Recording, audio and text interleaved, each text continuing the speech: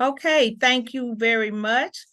Uh, this is the Health and Human Development Committee meeting with the St. Louis Board of Aldermen for Thursday, November the 30th at 9:00 a.m., 8:59 a.m. And Madam Clerk, would you please call the roll? Alderman Balmer, Present.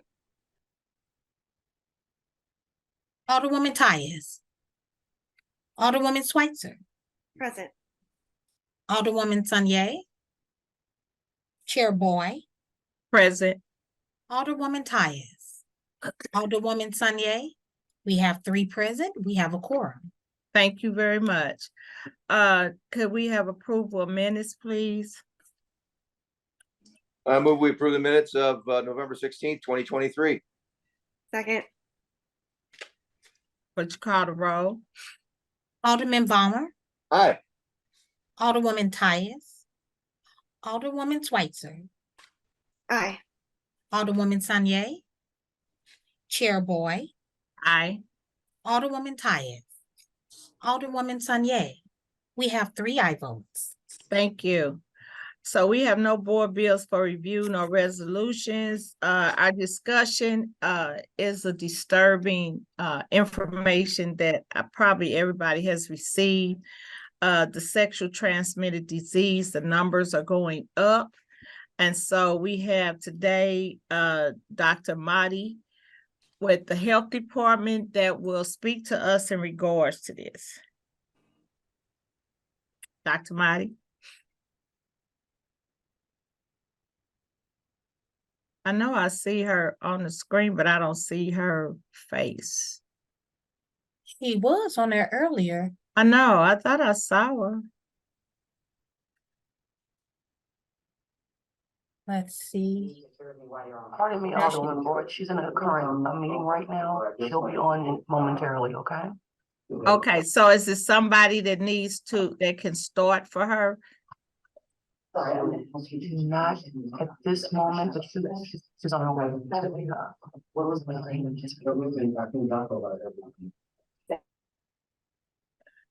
Okay.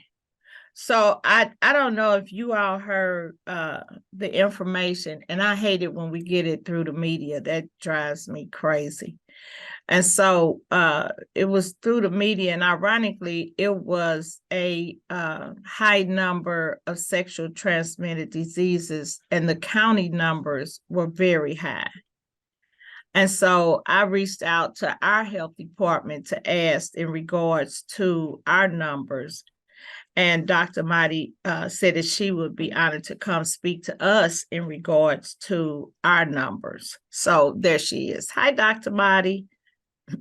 Hello, everyone. Apologies for my tardiness. Good to see you all. Good to see you too. And so we were just talking about the numbers from the STDs. And so I told them that you would be able to give us more in-tuned information in regards to that. So we are now having you come forward to speak to us in regards to these numbers. Now you're on mute. Absolutely. I haven't had my coffee all the way. Absolutely. If someone could please give me permissions to share screen, I have some slides prepared.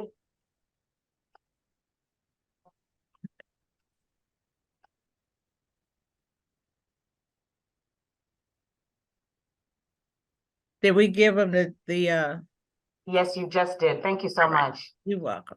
Good morning, everyone. I miss seeing your faces. I thought I had offended this esteemed committee. I haven't seen you in so long, so it's great to be back. There's a lot going on in health right now, and I'm so thankful that you all are in your leadership positions paying attention. There are 2 main issues that if you haven't seen in the news, is prominent right now for health. And one of those is what I'm addressing today, but the other is the maternal child health indices that were also released by the state, that we have always, unfortunately, not been high in the state of Missouri, but the numbers were even more alarming. I would be happy to come back and speak about that too. But my team, in the monthly reports I send you, we try to make sure that you get some information for your purview about that. But in addition to that, I'm happy to come here and share with this esteemed group. So I'm gonna speak briefly about the state of STIs in the city of St. Louis, and then leave time for discussion and questions. Can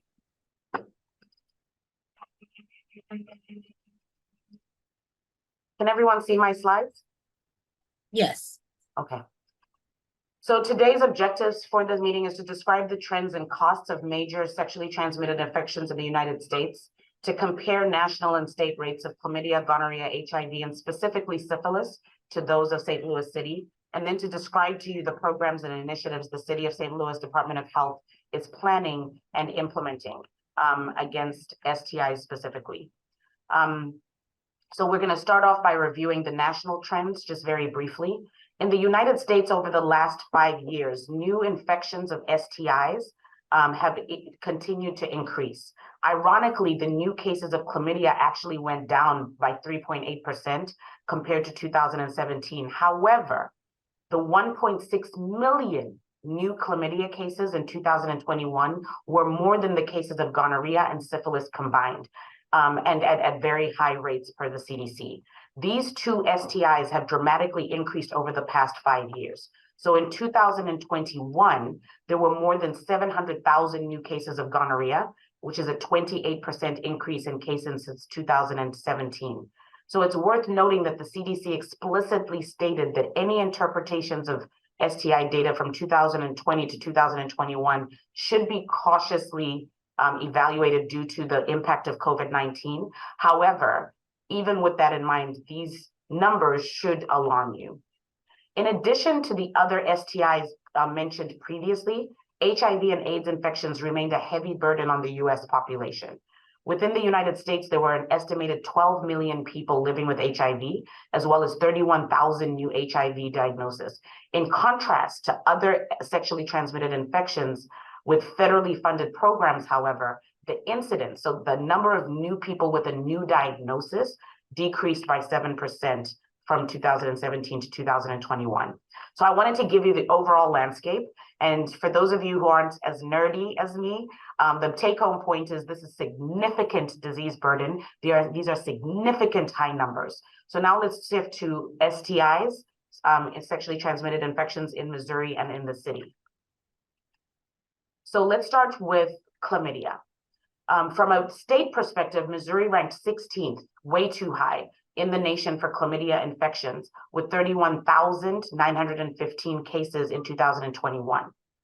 The city of St. Louis accounted for over 3,000 of those cases, and unfortunately, this translated to a rate of 1,228 cases per 100,000. So for every 100,000 people, more than 1,000 have chlamydia. Very alarming in our city, which was more than 2 times worse than the statewide national rates for chlamydia that year. So we have a higher burden in the city by double than the overall state.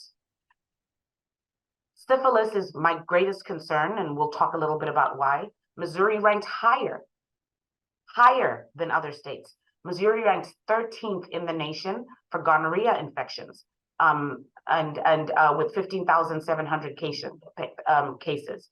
Again, the city of St. Louis accounted for 2,319 of those cases, which translated to a rate of 779 cases per 100,000. And that rate was nearly 3 times worse than the statewide national rates, right? So again, if numbers aren't your thing, if you haven't had your coffee like me yet, the take-home message here is Missouri isn't doing well. We're in the top 15 of states in the country. And for Missouri, the city has double and sometimes triple the same kinds of rates than the overall state. From a state perspective, Missouri ranked 12th. So it keeps getting worse for syphilis and secondary syphilis infections, right? When taking into account all syphilis infections, so that's congenital, babies having syphilis. And let me just stop here and tell you that we used to not even see syphilis in babies. As many of you should know, I'm an infectious diseases doctor by training with a public health degree. This is all I took care of before I walked into my first day at the city. Even talking about congenital syphilis was not something that I was accustomed to doing for a decade. And now, some of the statistics I'm about to tell you, we are now seeing babies being born with syphilis. That causes blindness.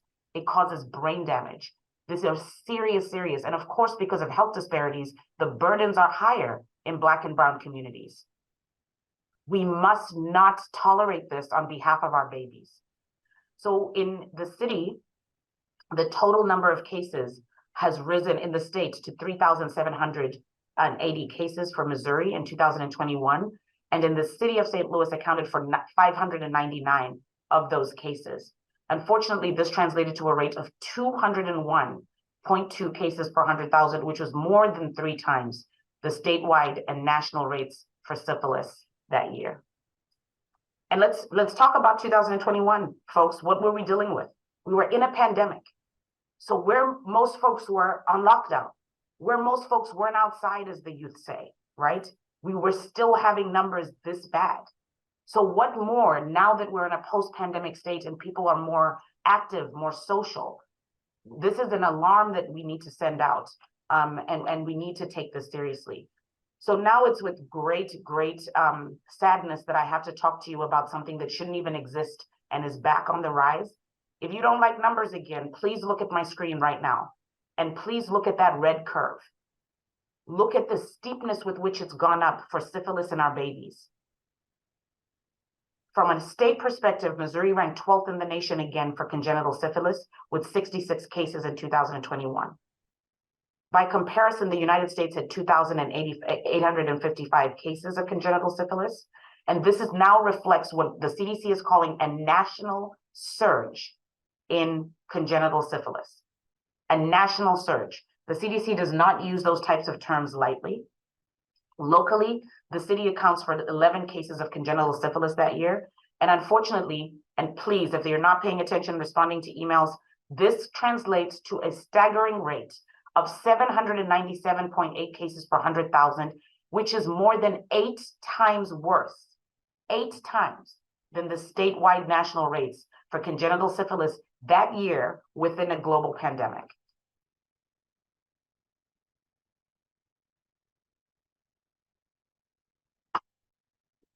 From a state perspective, Missouri ranked 34th in the nation for HIV infections. This translated to 35.9 cases per 100,000 in the city, which was more than 4 times worse than the statewide rate and more than 3 times the national rate for new HIV diagnoses.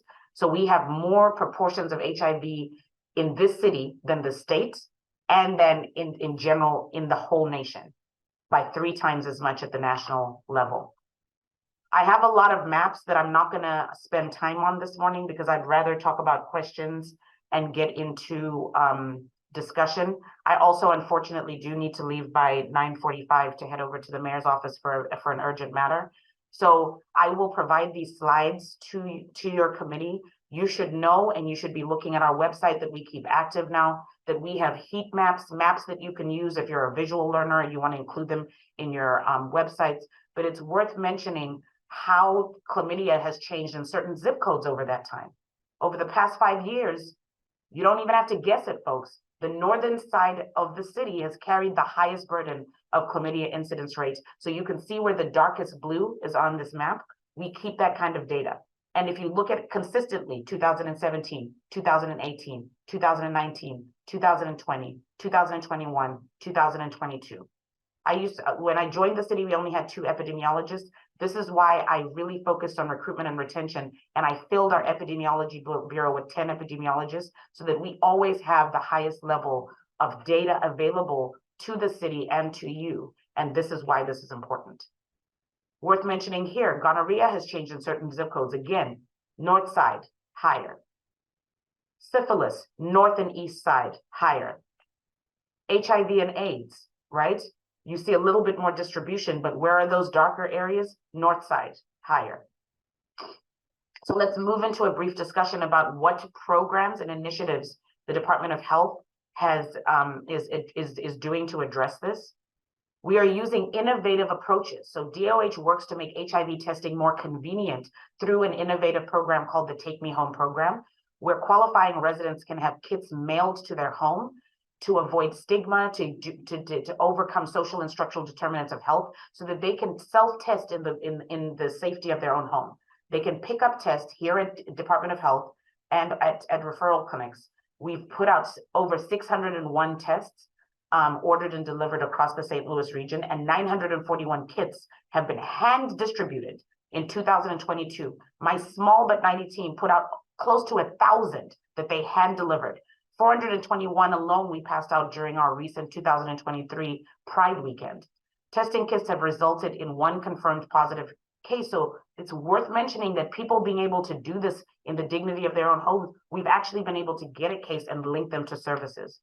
We have a direct website that allows clients to schedule a testing appointment and sexual health resources. We revamped, my team actually created the first ever of its kind independent website called the healthstopstl.com. My homework for you and you wanting to be a partner to me is everyone on this committee, please log on to healthstopstl.com today and just check it out. And maybe send me an email to say, did you like it? What was missing? Is it a strong website? But we have that. We also launched an independent social media pages just for the Health Stop to address STIs for over a year. So at the website healthstl.com, someone can book a Health Stop clinic appointment right here at the health department. 5,500 appointments that we've done from February 2019 to July of this year. You can learn more about HIV, STIs, and PrEP. You can find at-home kits. And you can find other, we've listed 28 other partner organizations so that even if you don't want to deal with us, we don't mind, but we give you every resource for the other 28 organizations in the city that do similar services and also treat. We connect you to local resources for various community needs, and we locate for you on this website where to get free condoms, one of our 83 partner sites that we also list on that website. We have brochures to educate people on how to use the test. So here is a copy. So when you get an at-home test kit, you also get a brochure with next steps, depending on your result. So it helps you navigate a negative result, a positive result, or even an indeterminate one. For congenital syphilis, for STI initiatives, we have started a lot of outreach initiatives, more than 2,500 residents engaged through outreach and education in the city. We have purchased 2 mobile vans thanks to ARPA support, and you can see them there. We've wrapped them around with our logo and they're all around the city. And we've provided testing at local nightclubs, bars even, because we have to meet people where they're at and where the most high risk folks are at. We've educated the community through site visits to schools and congregate living facilities. We have over 31,000 safe sex kits distributed, and we hosted a 2nd annual PrEP week in October 2023 with a mayoral proclamation to really bring visibility to this issue. Congenital syphilis, as you heard me say, is what I'm most concerned about. So demographic and social vulnerability index factors show pregnant women with syphilis in the city of St. Louis, 86% have had a previous STI of pregnant women. 50% have little to no prenatal care. 59% have a history of substance abuse. Rural cases can be explained by a rural to urban pipeline for recreational illicit substance purchasing. Sex is often commodified in the purchase of illicit substances. So there's a connection here to our new Behavioral Health Bureau. And so they work very closely. Statewide, there are calls to screen in the 3rd trimester to treat before delivery. So the Missouri Center for Public Health Education is convening a statewide advisory group to author best practices. Regionally, we are now part of a brand new task force with the city, the county, hospitals, and clinics. Funding has been sought and is being received. And right here in the city, clients seen at the Department of Health are unable to receive treatment because I haven't had clinical services. I inherited a health department without clinical services, right? As you all know, we have just under 1% of the city's budget. And so we're really working and advocating for more support for public health in our department to bring back critical clinical services, because I would like to be able to just treat people when they come to get tested here. Instead of sending them to another clinic, I should be able to treat people on site. So DOH is hiring a nurse practitioner with the goal of providing treatment in our health stop and where women live. The communicable disease has a community health worker who will be able to accompany the nurse practitioner and provide social services. And again, we have those rapid tests that we can provide people. So my final thoughts to you this morning are, this is a crisis. It is a crisis nationally, as the CDC is calling this surges. We've seen numbers balloon in a global pandemic where they should have been lower. And in a post-pandemic state, we should be concerned. But you should know that through my leadership in the Department of Health's active leadership, we are really doing the best we can with the resources, sometimes limited resources we have. But I would now like to open it up for questions. And I thank you. My references for the data are on this slide when you get it. And then I'm just going to leave this up for those of you who are not following us on Facebook or Twitter or Instagram, and we've just gone live on LinkedIn. There is no excuse. I expect as our partners and advocates, you are retweeting, you are commenting on, you are sending out to young people who are the highest demographic for a lot of these on our behalf. So please be following us on at least one of the social media platforms. I'm an auntie. I don't like being on social media. I do it daily so that I can reach my community as your health director, and I would encourage you to do the same. I will stop here and I will ask for any questions or comments. Thank you so much, Dr. Marty, for that powerful presentation, eye-opening. Alderman Balmer, do you have any questions?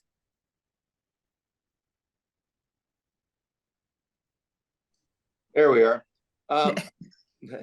No real questions. I thank you for your multitude of information you provided us. It is, I'm guessing, and your feeling is this is why it always happens in the poor communities, but this lack of education, lack of knowledge, lack of, I guess, family units where they discuss these things. Is that the main problem where this comes in sometimes? It's such an excellent question, Alderman, and you're absolutely correct. But even more so, in the same zip codes, we see historic and systemic issues that are historic and current. We see a lack of health literacy. We see a lack of education. We see social and structural determinants of health that then compound this. What do I mean by that? If you don't have a car, if it takes 3 modes of transportation for you just to get to one doctor's appointment, you don't prioritize those.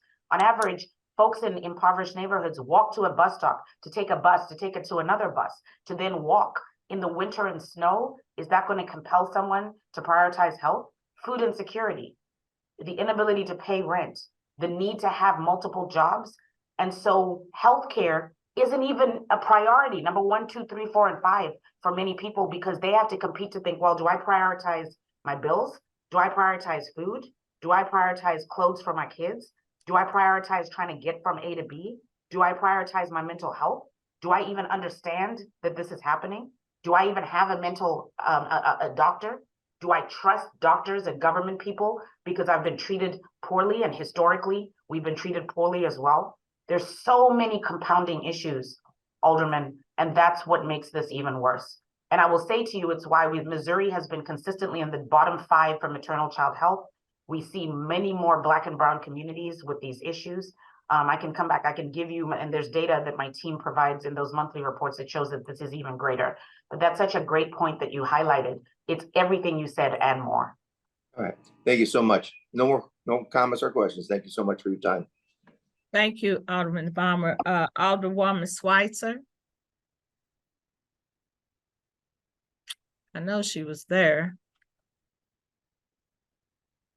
Okay, Alderwoman Sonye. I just want to thank the chairwoman and Dr. Marty for giving this presentation and sharing this information with us. I definitely think, when we talk about why these things are the way they are, for a multitude of reasons, I definitely think it's just kind of a manifestation often of the impacts of racism and the impacts of being poor. I would love to just hear more about your mobile vans, because I know we had some conversations earlier in budget where you were just still working on procuring them. So I would just love to hear more about that, and also about what does it look like to expand clinical services in the city. I'm so thankful for that. It's so good to see you, Alderwoman. You're such a champion of public health and of the health department specifically. So would love to expand on that. Through the advocacy and support of many of you, especially through our budget process, we instituted a new leadership position. I'm so happy to say that we have a new community outreach manager whose entire job will be dedicated to focusing on community outreach, developing external and internal calendars, working with your board to develop strategically planned community events, and we'll work on keeping up the mobile van, hiring utility workers to drive it, having our partners have MOUs to be able to also utilize the mobile van, so increasing the reach of them through community-based organizations that don't have capacity or access. So there'll be a calendar where maybe on Tuesday, Dr. Punch and the T are using it. Maybe on Thursday, a Reverend Gray and his team are using it, maybe on a Thursday. So we're really working to make it also collaborative with partners, but having a manager who's now going to be overseeing my communications bureau and being thoughtful about programs, using data to inform programs. We're creating an external calendar. I want to know every single public health event so that we don't replicate and dilute efforts. We partner with people to know, I'm going to have a calendar all year round that says, on Saturday, there's going to be these different scope of public health. We've decided to do our own thing, or we're partnering. We're thinking ahead, not being reactive. Sometimes I spend money on a table and 2 people come because we weren't aware that Harris Stowe is having a huge medical event that we should have been at. So we're working on an external calendar. We're also working on an internal calendar. So every bureau will have to have approved through me strategic planning around where we are in community at what time. We've already started one-on-one with every single board or alderman person will be receiving an invitation to meet one-on-one with us. We've met with 2. All of you will be getting an invitation to get us to come to you, to neighborhood meetings, to ward meetings. And then lastly, we're increasing our community outreach through those vans by using them just to even be at community events, but to then grow. So the reason why I'd like to bring back clinical services is I'd like to have a van where I put a nurse, a social worker, a community health educator, and they come to your wards. We bring care to people because we know one of the barriers, like I said, is transport or trust. So if we come in a mobile van and we can easily check your blood pressure, check your diabetes, check your medications, we can give you a shot if we test for you. I think this would be so innovative and powerful. So there's a beginning plan, but there's a growth plan to supplement that as well. Thank you. Any other questions? Okay. Alderwoman Schweitzer. Thank you so much. And thank you for assuming there's something happened when I was gone. I was so interested in the conversation that my computer died. And I was like, oh my God. Well, you were smiling at me and it was very encouraging. I get anxious when I do PowerPoint, so it was really nice to see as well. So thank you. Yeah, I understand. And I definitely do that because I've been in your shoes and I think it's important to show interest. And anyway, so interested my computer died. I apologize. Thank you all for understanding. So you mentioned the behavioral health work that's being done in one of the slides. Can you expand on that a little bit? Oh my gosh, I'm so excited. So these one-on-one meetings that we're having, we've already met with Alderwoman Boyd. We met yesterday with Alderwoman Spencer. So each of you will be getting an individualized invitation for a 1.5-hour meeting for an individual or your team to sit down with me and the new Bureau Chief for Behavioral Health. Because this is such a priority, we're prioritizing those one-on-ones specifically around behavioral health, but we leave the last half hour in case you wanted to talk to me about other initiatives. We have put a 1-page document that's 2-sided. The first side provides specific data for each ward, and then the opposite side is a resource side where you have the number for the new bureau, you have the email address. We've put together behavioral health resources that are specific to your ward, so QR codes, addresses, times as well. But then if you want Narcan, who do you call at the health department? If you want this, if you want that, so we put an FAQ and even a list of resources. But it's a big thing that we want to be able to put on refrigerators for you, but people in your ward to be able to say, oh my gosh, I want to talk to the health department, I'm going to call. Dr. Gary has worked very hard, and she will explain to each of you individually in those meetings that we've already had and that all of you will have, is if you choose, is how she structured the new bureau, all the services they're having. So she has a second pamphlet that is a primer to the new bureau. I love it so much. And Alderwoman Spencer brought her policy person, and he was like, I want 300 of these. And so it's like a pamphlet that you can open, and it describes everything that the bureau does in very bright, simple language with pictures to really define it. Potentially Alderwoman Boyd can explain her experience when she met with us and how helpful she may or may not have found this meeting. But so the bureau will be broken down to you, resources will be given to you. And then the next step after those one-on-ones is we want to bring back the great Melba Moore, who opened the door for me to be a female health director, used to have newsletters that each of you got. And in her newsletters, you had specific data for your wards and specific information for your wards. So we're bringing those back in addition to these specific one-pagers. Lastly, the Behavioral Health Bureau wants to come to your ward meetings. They want to partner with you on community events. So this is a way to open those lines of communication so that they can come and be with you. So we want to make sure that you have no excuse to say that you can tell someone who's struggling in your ward, if you want Narcan, call. These are their hours. This is who you can call. When they're not available, this is 988, and we can come and educate you. But we have one-pagers, pamphlets, all of those that you can have in both a computer format, but also we'll print them and bring them to you. We're at the discovery phase where we're getting feedback. So we're getting a lot of, well, I don't like why isn't the number more prominent? Or this is a lot of information, this is too little. So we're not gonna be able to please all of you, but where there's like consensus or little things we can change, we're trying to get that done so that by January, you'll have those resources. I'll stop there. Alderwoman, does that help? And do you have any other specific questions about the I Bureau? appreciate that. I look forward to getting more information about it. But just for those watching at home, can you provide, your thing that you're happiest with how the work is going so far? I mean, I know it's a long process of a lot of data gathering, and I know that there were stakeholder focus groups and a lot of that happening, but just a moment in time, drugs abuse and the effect on our communities are so extreme that I think people want to know that what the city is doing. So if you think that there's some kind of short programmatic that you can share, and I do look forward to hearing more about all of this myself. Thank you for providing me that information. We are most excited, and I'm just frantically trying to provide. You guys are going to get a little preview of the second ever annual report that we're giving. And there's one page here that if I share screen, I think will hit this home. So preview coming to you, our second ever impact report. We're in the final stages of this. We have updated it from last year, and we're working now with WashU to make it even cleaner. So next year's, but one thing I'm most proud of is the Behavioral Health Bureau really worked to raise funds through grant funding, and we put them back into the community. We've already put back over $275,000 to our Overdose to Action to fund grassroots organizations that are doing important behavioral health work. So because the group is still small but mighty, we prioritize. We have been meeting monthly with a coalition of over 26 partners in behavioral health and getting feedback from them. And they wanted money. They wanted support on how to apply for that money. So we're providing not only the money, but the support for them to apply and to keep it. We've done an additional $500,000 through other initiatives from ARPA.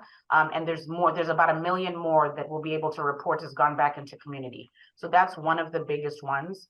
But if you look at the whole community will be able to see this impact report, but just some highlights. 800 number of overdose drug naloxone has been handed out by this small team of 10, just under 10 folks. Over 2,500 residents have engaged through outreach and education. More than 10 mental health and substance abuse training courses have been completed by staff, in addition to attaining peer recovery support certification. 50 is the number of outreach events that they've participated in. 20 to 25 is the number of calls received weekly already, even though they haven't even been 6 months old, from residents seeking mental health and substance abuse, because they now know that the health department will take the burden off of you, and we will link you. We will make those calls. We will call Department of Human Services. We will really make those links. Again, I said 275,000 is the amount of awarded to grassroots already, and we have an additional $500,000 that's still coming. From staffing, we have a linkage to care, 0 out of 1 positions filled, outreach 1 out of 1, education 2 out of 3, criminal justice 2 out of 3, admin 1 out of 1. Direct care is the hardest because salaries are so disparate for direct care services that we can't compete. So we have not filled any of the 4 direct care yet. We are working on it. You'll get more on the different building a strong and positive team culture, linkage to care, outreach, education, and the criminal justice, what that looks like in this report. But I'll stop there and say, if that's helpful, that I'm giving you a little bit of a teaser of what we've been doing and what we've been prioritizing. Yeah, that is really helpful. It's good to know that there's a direction number line for folks to call who have behavioral health issues or need to connect someone to them. You mentioned working with the Department of Human Services. That work is so important. A lot of times in my neighborhoods, there'll be someone who is a concern for the community, whether they're unhoused or whether they're kind of wandering, or different concerns about their mental state or whether or not they're on drugs. I see some behaviors associated with squatting and all the safety concerns that come along with that. So are those the sort of instances when someone like me or someone in the community reaches out, you and the Department of Human Services are coordinating Yes. around those So issues? that's our job. Because I can't provide clinical services, I have to get innovative about what gaps am I filling innovatively that no one's doing. And those are the types of things we're going. I'm going to share screen real quick. So another preview for the one-on-ones. This is what you'll be seeing. The first page of the first pamphlet is your ward. At the very top is the email address in a big box. We've been told to make this bigger, brighter, but the telephone number, that's the bottom line of what it is. But BHB facts. What do I do if I'm worried about a loved one's mental health?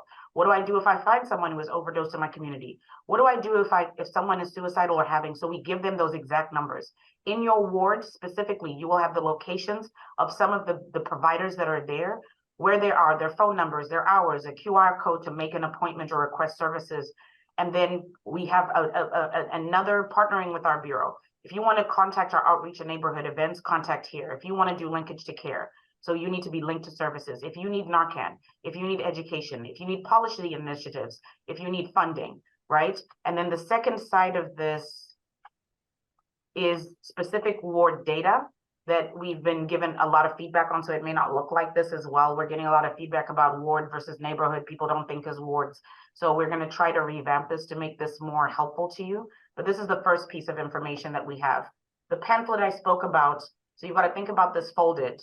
This is the front, this is the back, contact, phone, email, business hours, when we're closed. Our vision and mission is the other side. And then on the inside, what are our services? The definition of behavioral health, the City of St. Louis's vision and mantra, and then a little definition on what we're doing right now. Narcan distribution, linkage to care, community outreach, our peer advisory board, coalition building, and education. So we can print as many of these, you will have them in hand. We just want to get feedback to make sure they're what you want before we give them to people in mass. And we want to meet with you directly to just talk specifically, because every ward is different. And so far, the first two meetings, the concerns have been very widely divergent. So we want to make sure that the ward specific ones are also helpful. Thank you. I really look forward to learning more about that. This is such important work in our community. It impacts so many different things. So thank you. And I appreciate your time today. Thank you. Thank you, Dr. Marty. The only question that I have, but I don't really have a question because I think when we met, we did speak on it, and I don't think people are aware of it. Our senior population is impacted by the STDs. Yes. And people always look at me strange when I tell them that. I was like, no, they are impacted, and they're more impacted than what you think they are. And so just for the committee to understand, Dr. Marty and Julie were very informative to give me information about that. And so I was glad that they are focusing on that, because they know it is a dire need to address. And then the other thing, Dr. Marty, I'm seeing all these programs and departments. So how is that impacting you in regards to your budget and staffing? Because I know you don't have not even 10% of the staffing that you need, and your budget, how is that impacting your budget? Thank you for that question. Because budget is so significantly a challenge, listen, this mayor inherited the way that the budget is for this department, and this mayor supports me unequivocally. However, the disinvestment in public health that the city has deemed appropriate for over a decade, we've got to fight back. Having less than 1% of the city's budget is not enough. Not having clinical services for the community is not enough. It's clear that the health department, which I've grown since I started, when I started, we had just under 85 people. Even with the highest turnover rates that we see in the city, we have over 127 people. Like, we're actually outgrowing the space here. You know, it's going to be more costly for me to purchase, like to build new offices and cubicles. So we do good work, and yet we don't get prioritized as much. And I'm not asking for a lot more, but I think we've got to really have a serious conversation about the commitment to public health. Do we want clinical services? A lot of people in the city don't even take us seriously. If you go to the county, you walk into their building, you don't just talk to people. You can go into a clinic room, get your blood pressure measured, but someone can help you with the medication. I can't do that. And quite, you know, and you have one of the best health departments. We've been cited by President Biden. You see me not just regionally invited, but nationally invited. And yet when I come home, I can't even deliver these basic clinical services. That will take time. And this mayor is supporting me more than anybody, but we need to really have a serious conversation about what is our goal for the health department's budget and what does that look like? So I've started my budget process even a month earlier. The commissioner that we were able to ascertain, who has 20 years of high level experience in budgets, contracts, infrastructure, in this new report, in her page, you should see what she has done to help us.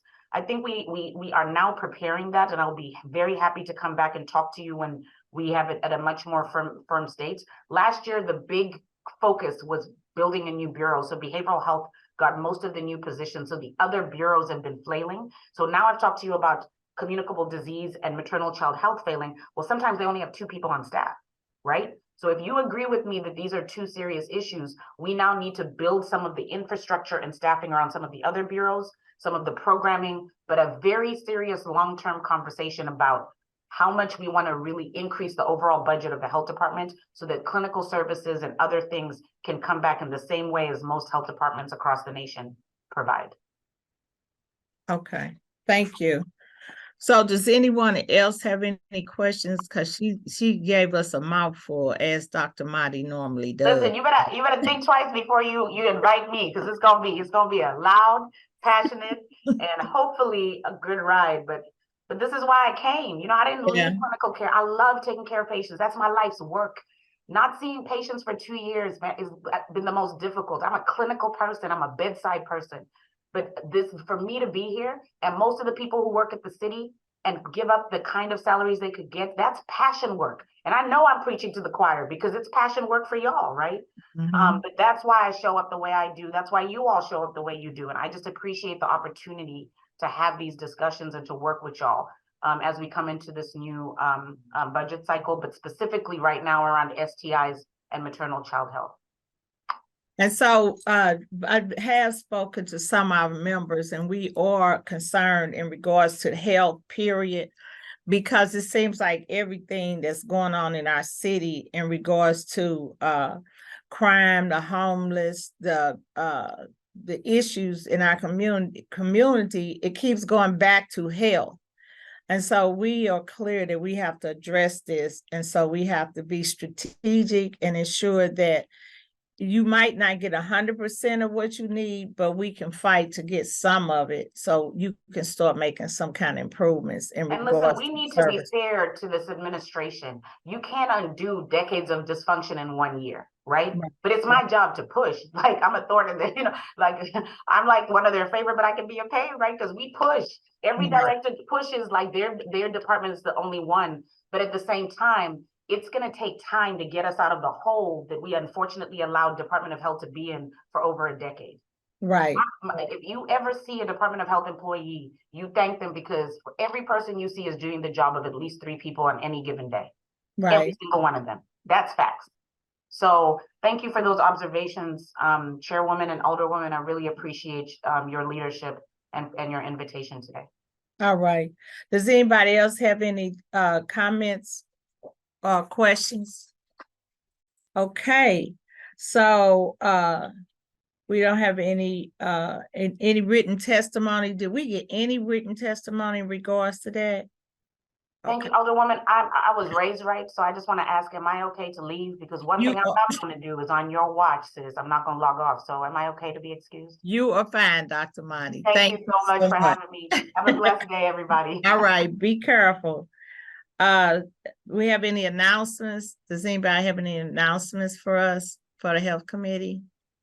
An excuse older people is older woman Tyus. That's the excuse older person. On that note, I'd like to adjourn our meeting. Could we get an adjournment? I move that we adjourn the meeting. Second. Alderman Balmer like these kind of meetings, short and sweet. Thank you all very much. Have a good day.